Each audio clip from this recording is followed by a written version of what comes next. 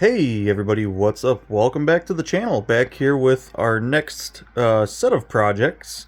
One in particular that we're going to talk about today. And then some things I'm going to kind of explain about this particular project. And some of the other related ones that are sitting out here. You guys can see we are on steam locomotives and big ones. Big boys and challengers. What I'm going to be showing you guys here is my something unique that I kind of done over the years, or actually quite a while ago, and have another opportunity to do another one. So, this project is basically doing it's a fantasy, modern day, and museum version of one locomotive. And to do that, it's a lot of work. It takes multiple, or at least double locomotives of the same number.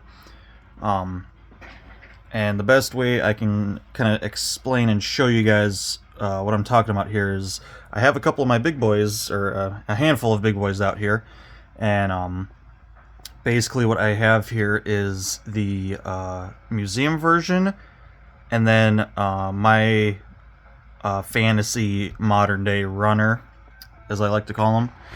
So right here, you guys can see I have two 4018s, and if you guys look really close, there are differences between the two 4018s. This is my what I call the museum version, and then this is what I call my modern day runner. And basically the museum version is as the locomotive looks at its current museum, or as close as I could get it to look. So 4018 is in Frisco, Texas, and is it Frisco? Yeah, it was moved from Dallas to Frisco, like way back. Actually, 4018 and 4014 were pretty close in their move times from when they pulled 4014 out of Pomona, and it was pretty. I think it was in the same year. I might be wrong, but I'm pretty sure it was the same year. 4018 got moved. They moved their entire railroad museum to a different location in Frisco, Texas. I'm pretty sure it was in Dallas. I could be completely wrong on that. It's been a long time since I've watched the videos on YouTube of it, so forgive me if I am wrong. But anyway, so for my actually I should. You guys are probably wondering, okay, why do I want two different versions of the exact same locomotive? And that's because I'm going to kind of tell a story whenever I do get around to doing a layout. I'm going to do quite a bit of storytelling and have significant things happening in certain timelines, and kind of have progressive timelines on my layout. I am going to have a railroad museum on my layout. I am going to have a basically fantasy Cheyenne with a much larger steam complex than what is there in reality, because I want a lot of modern day steam with Union Pacific. And so that's something that I've kind of done a lot of work and some idea planning and stuff like that. Basically, what happened with 4014, I'm going to have occur with other locomotives as well. Basically telling the story that Union Pacific went and acquired a lot of stuff to bring back up to running. And that's why I have the museum version, so we can, have this be the tell the story that Union Pacific was able to reach out to the museum in Frisco, purchase this back, and then relocate it to Cheyenne, and then eventually restore it into the running version. Basically, like I said, some storytelling in there, a lot of fantasy, guys. So, none of this is real. This is very fantasy. This is just something that I personally want to do, and it kind of adds a little bit of fun and a little bit of story to why 4018 is now, running and existing on mainline railroads. So, that's basically like the whole premise, but with my storytelling behind that, and why I have a museum version and a modern day running version. Now, to do that, to kind of play along with some of the stories, my museum versions are completely free rolling. 4018 in particular has nothing electrical in it at all. Some of the others do, like my some of you that have been a member of my channel for a long time, I have shown the 4014 move version, and along with the modern day running version, and I'll kind of touch on that some more. But you guys, if some of you that have seen that know that I kind of try to make these somewhat kind of a realistic play in the story, I guess, is the best way I can say that. So I'm going to show you guys here. 4018, this is the museum version, completely unpowered and completely free rolling. You guys can see I'm just pulling that along, the drivers move. This one in particular has the edges of all the wheels on all the tenders, or the tender wheels, painted white. You guys can see the white stripes on those. The tires, even though those aren't technically tires. And then something you guys will notice is the very bright silver connecting rods and main rod and a lot of that equipment there, compared to the more metal look of the running version. But I have these unpowered because I want to actually tow them. I want something to have to move it. It cannot move on its own. Now, of course, the running version is completely geared up, motored up, DCC sound, everything. So, some of you might be freaking out, oh my god, this guy destroyed a perfectly good locomotive. True, but I also have a perfectly good running and working version of the same locomotive. So, yes, it's a little extreme. I wouldn't advise in it from money standpoint. It's a lot of money I put into some of this goofy stuff. But it's to me, it's fun. It's something that I'm really happy to kind of have and be able to kind of do some fun stuff like that.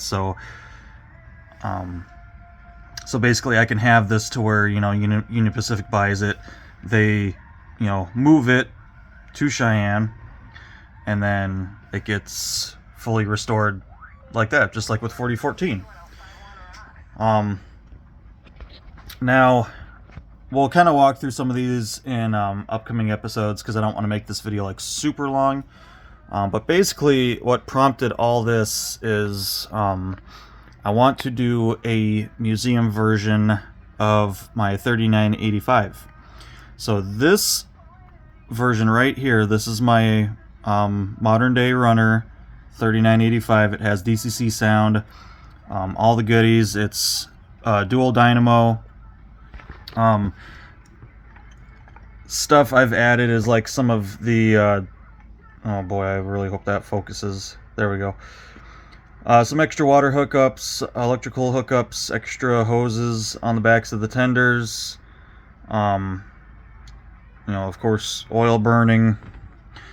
My modern day running stuff is all pretty much like that. It's oil burning with the little extra details on the backs of the tenders, where the museum stuff, of course, doesn't have that.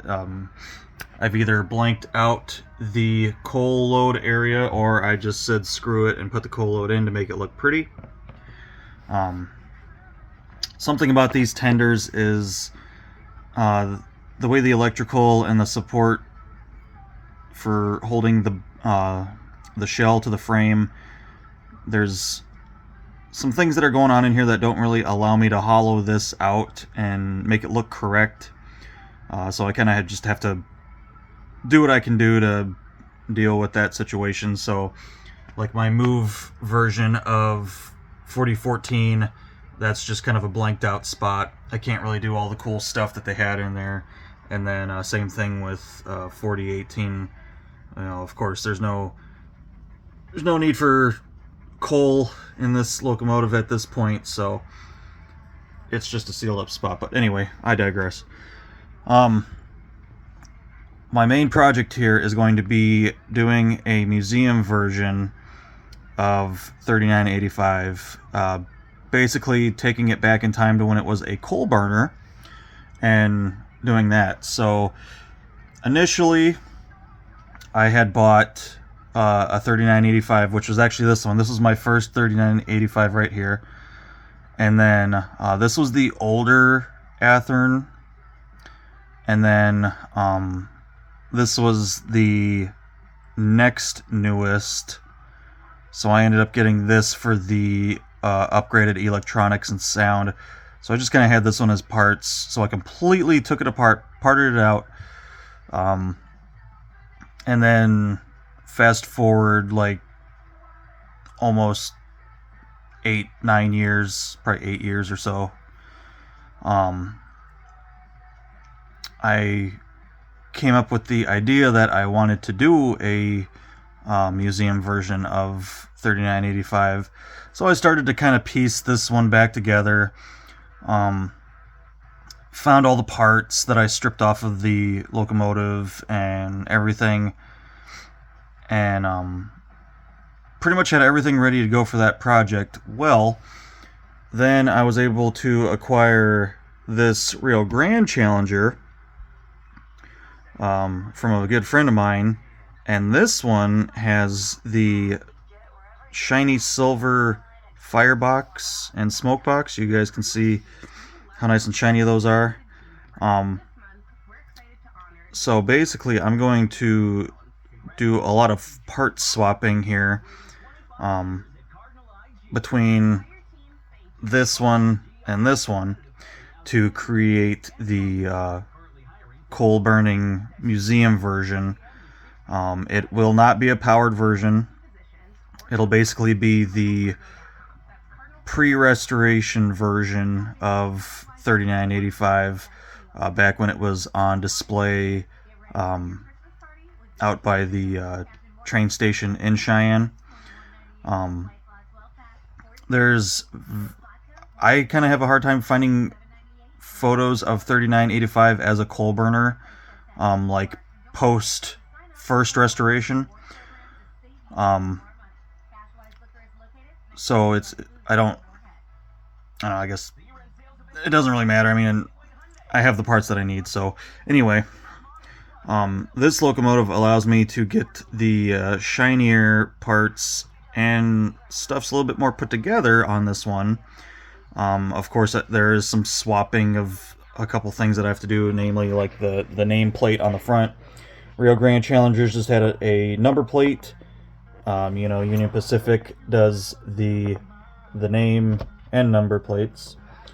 So the one that came off of this will go on there, and so on and so forth. But this one's going to be pretty much the parts donor for my museum version of 3985. So that'll kind of give me something else I can have some fun with. Don't pay attention to my timelines, because my timelines are going to be like way super fucked and out of whack. I'm fully understanding of that. So this is basically just something fun, something unique. Not very many people are crazy enough to strip apart these very expensive locomotives and do stuff like this. Over here, you guys can see my two versions of 4005. We have the museum version, which is super shiny. Everything's painted up as nice as could be. Connecting rods and everything are fully connected. There's no parts removed. That one's basically like 100% put together museum quality, not like scale trains, but you know what I mean, like an actual museum. And then my fantasy restored version for running. This one as well is unpowered, but this one still has all the electrical in it minus the motor. So that way the lights can be on while it's on a, if I have it on a museum track that has power, the lights can be on. So it's expensive to double buy locomotives. It's expensive to triple buy locomotives to get some of these parts that I have on some of these fantasy runners. Because most of these big boys, all of them except for 4014, come with coal.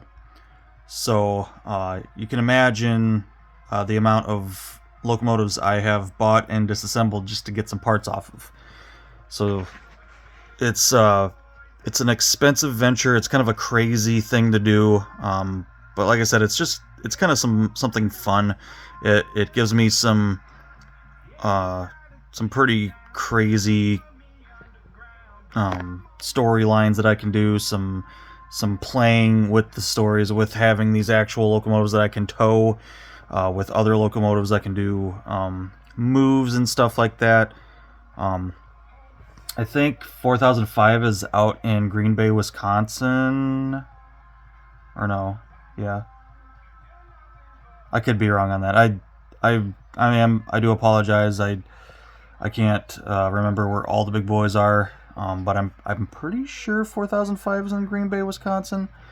But basically, in my story, since this is such a put together and pretty version for like a museum locomotive, I'm basically just going to have that be at UP's museum in Cheyenne.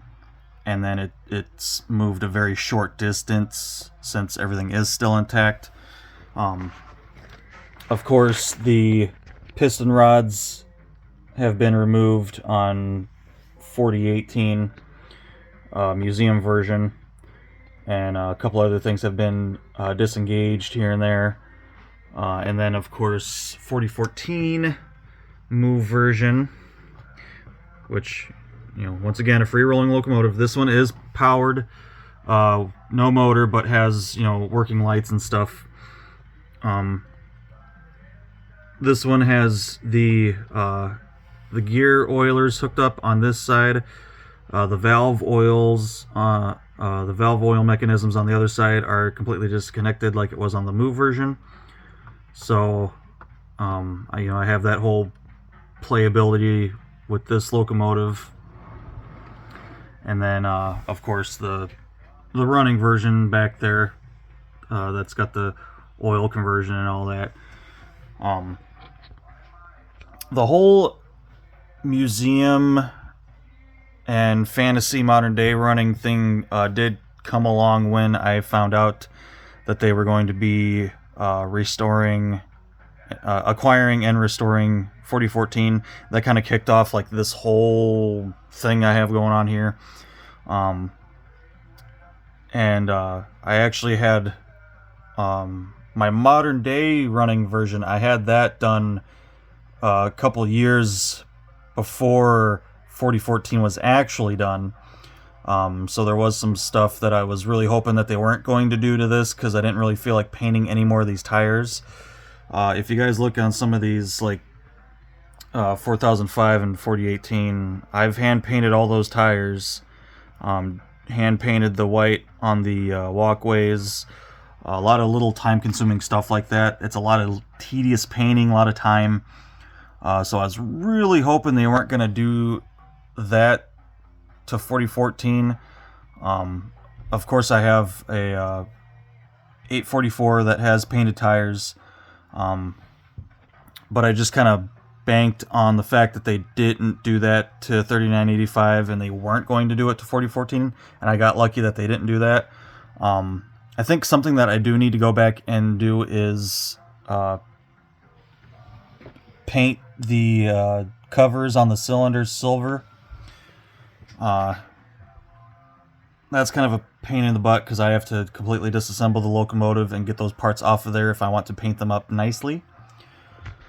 So that's kind of why everything is out right now. I'm just going to kind of go and take care of some things between all of these locomotives that I kind of want to fix up or add. And then, of course, the 3985 backdated museumed version. So that's basically my whole premise for this. Like I said, my layout is going to have a lot of fantasy. I love Steam. I love Union Pacific. So of course, I want a lot of modern day running Union Pacific Steam. Just makes sense in my world. But like I said, I'm giving myself some cool things that I can do, especially for YouTube. Some of it's going to be for me, just for my own enjoyment, but I can give you guys in the future when I do have a layout and I can video out some of these moves and stories.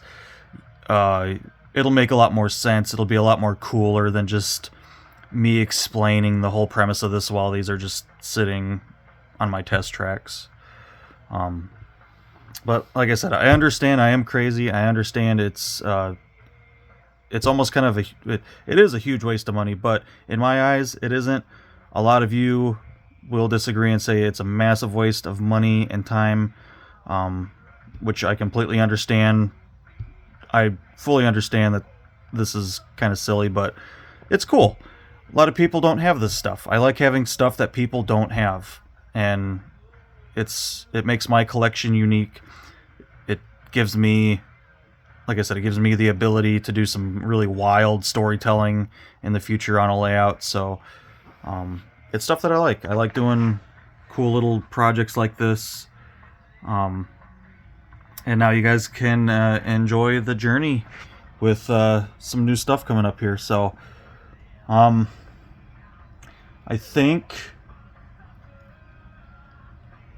I'm not sure what I will show in the next video for sure, but stuff that you will be seeing in coming up videos is, of course, work starting on tearing this down, swapping parts between those two, kind of getting that project figured out, and then I will also go kind of in detail and show you guys all the differences between the museum version of a locomotive and the modern day runner version of a locomotive. I am not doing a further update on 4014. And what I mean by that is the PTC conversion. I am not doing PTC on steam locomotives.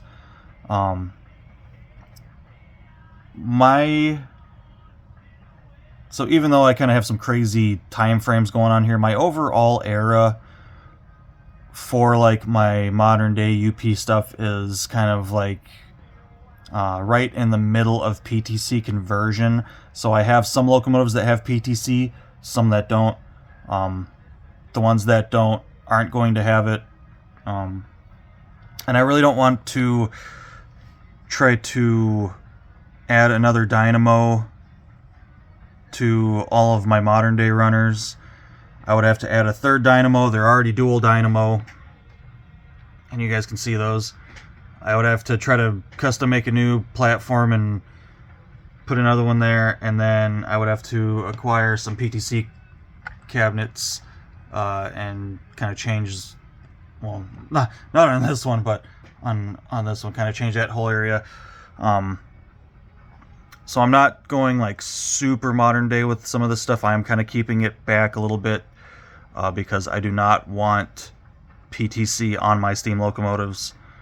I'm fine with it on diesels. I think it looks cool on diesels, but for like my turbines that you guys just saw, I'm not putting PTC on those. That's just something that I don't like the look of on older stuff. It gets to be a little bit too much, and you kind of lose a little bit of the class here and there. Now, don't get me wrong, Union Pacific, their steam crew did a fantastic job at updating 4014. I understand it's, you know, I've worked for a railroad. I understand technology advances. Things need to be a certain way for them to allow the locomotive to run on a modern day railroad system. Completely understand all that.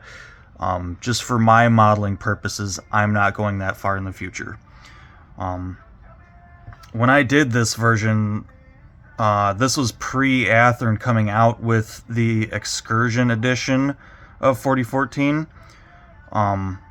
So I really heavily kind of went off of what was done to 844, what was done to 3985, and basically just mimicked those updates to 4014, and kind of went, just hoped that that was going to be good enough, and that was good enough. But nowadays it's different, so I'm happy with my old, you know, my kind of pre-PTC version.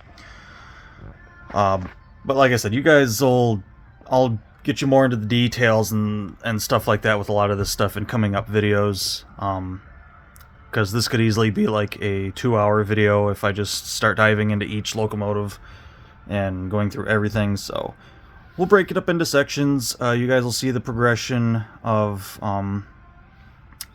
converting this over to a Union Pacific locomotive and making it look really nice museum edition.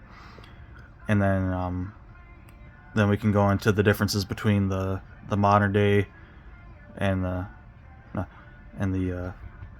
museum version, what I'm calling a museum version. So that's gonna be it for this video, guys. A lot of information, a lot of stuff going on. This is just kind of getting you guys acquainted with my whole museum version and fantasy modern day runner versions of stuff, why I'm doing it, how I'm doing it, and yeah, hopefully you guys are excited. This is some really unique stuff. I really do hope you guys you know, can kind of see past the money in it and the silliness of it, and really appreciate just how cool this is, because it's very unique. You don't really see, you know, I've never seen somebody else do this stuff, so it's exciting. So